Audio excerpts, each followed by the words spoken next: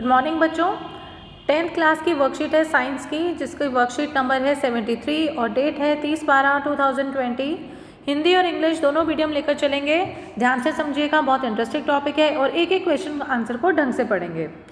तो रासायनिक अभिक्रिया क्या होती है? देखिए, हम लोगों ने अभी तक 9th क्लास में भी पढ़ा है कि दो अभिक्रियाएं दो प्रकार की होती हैं, एक फिजिकल होती है रिएक्शंस और एक होते हैं केमिकल रिएक्शंस। फिजिकल रिएक्शंस को भौतिक अभिक्रिया कहा जाता है और केमिकल रिएक्शंस को रासायनिक अभिक्रिया कहा जाता है। तो ऐसे परिवर्तन जिसमें दो या अधिक पदार्थों से नए गुण वाले पदार्थों का निर्माण होता है, मतलब व्हेन टू और मोर सब्सटेंसेस कंबाइन टू, जैसे Cu प्लस HCl अगर मिल रहा है तो CuCl2 प्लस H2 गैस। तो दो या दो से अधिक सब्सटेंसेस जब एक नई चीज़ों का निर्माण करते हैं जिसके गुण जो हैं वो अभिकारकों से बिल्कुल डिफरेंट होते हैं, तो उसको हम कहते हैं रासायनिक अभिक्रिया।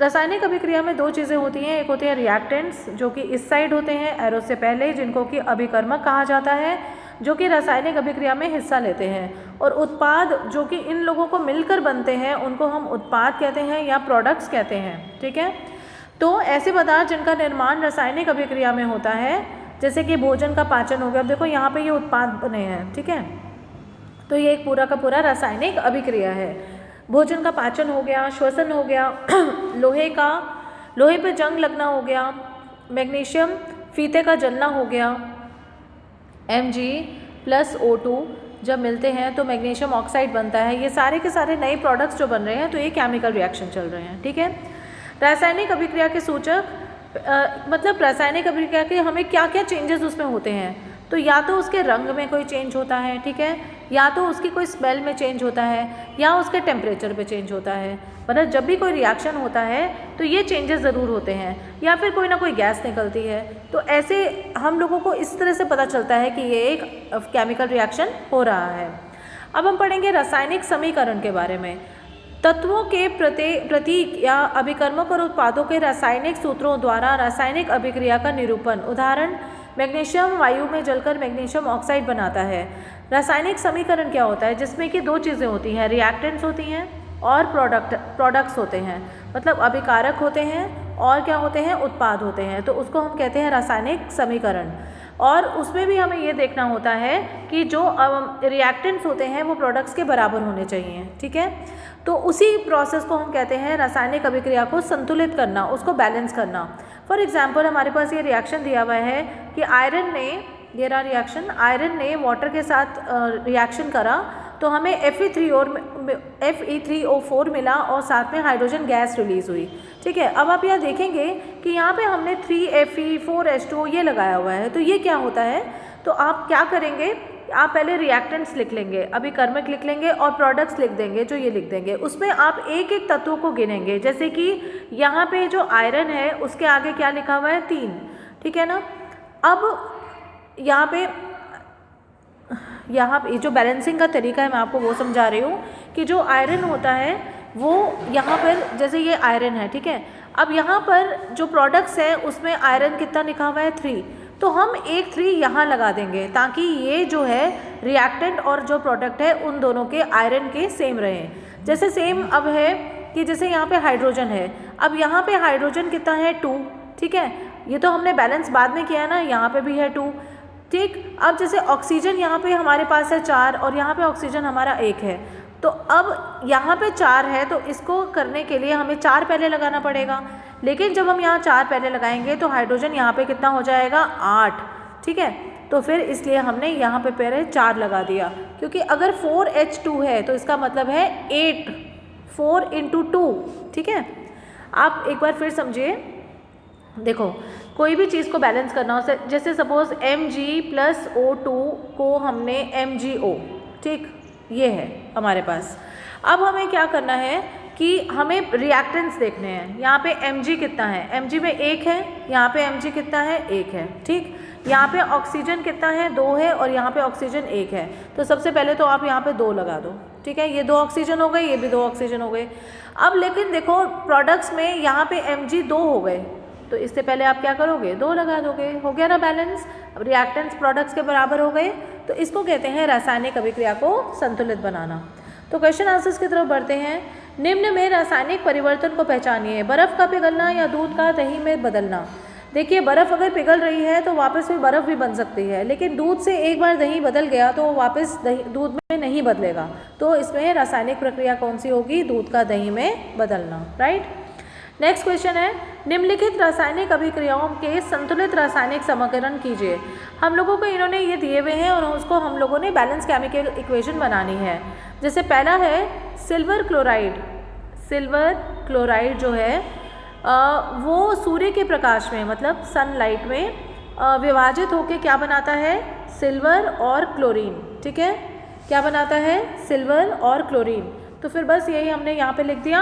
अब बस आपको बैलेंसिंग देखनी है कि यहाँ पे Cl2 है तो यहाँ पे हम 2 लगा देंगे, क्लोरीन 2 हो जाएगा।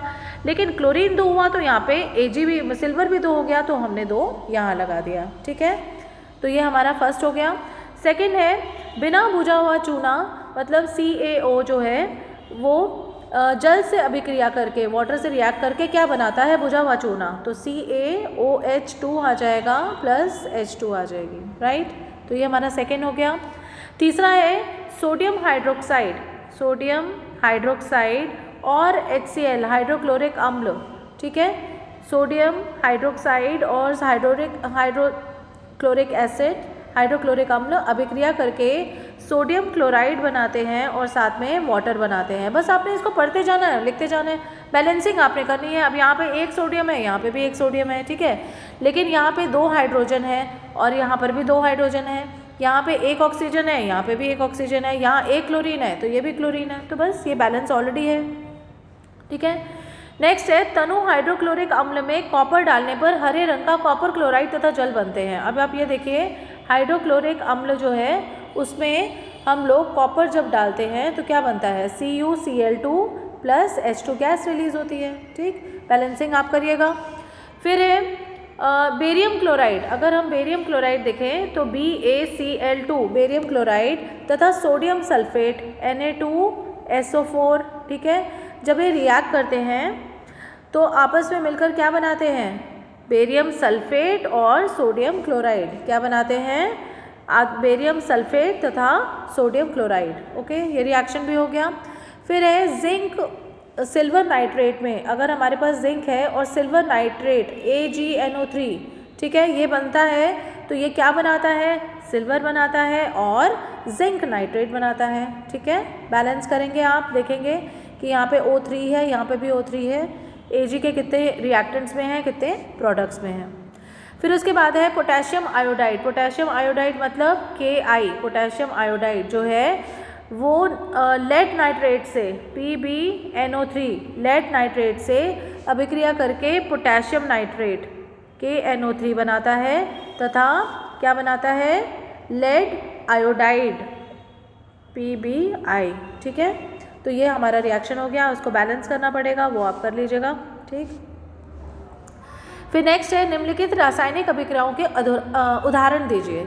रासायनिक अभिक्रिया जिसमें गैस उत्सर्जित होती है, कोई भी ले सकते हैं। जिंक है प्लस सल्फ्यूरिक एसिड है तो ये बन जाएगा zinc sulphate plus H2 gas, तो ये एक आ जाएगा एग्जाम्पल। कोई भी दे सकते हैं आप। सोडियम है प्लस HCl है तो NaCl बन जाएगा प्लस H2 गैस बन जाएगी, तो ये भी दे सकते हैं। Any reaction you can write. रासायनिक अभिक्रिया जिसमें किसी पदार्थ के रंग में परिवर्तन होता है। आयरन को अगर आप कॉपर सल्फेट में डालें तो हमारे पास आयरन सल्फेट हो जाता है और कॉपर निकलता है, ठीक है। तो जो कलर चेंज इसके अंदर क्या हो जाता है? ब्लू का ब्राउन कलर हो जाता है। ब्राउन कलर की आयरन की कोटिंग लग जाती है तो कलर चेंज हो रहा है।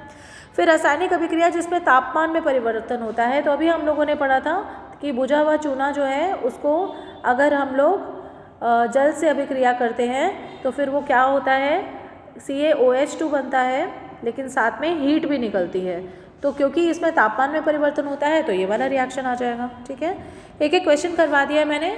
फिर भी कोई प्रॉब्लम हो, कोई दिक्कत हो, I am always there and please do not forget to like, share and subscribe my channel. Take care, stay home, stay safe, enjoy winters, bye bye.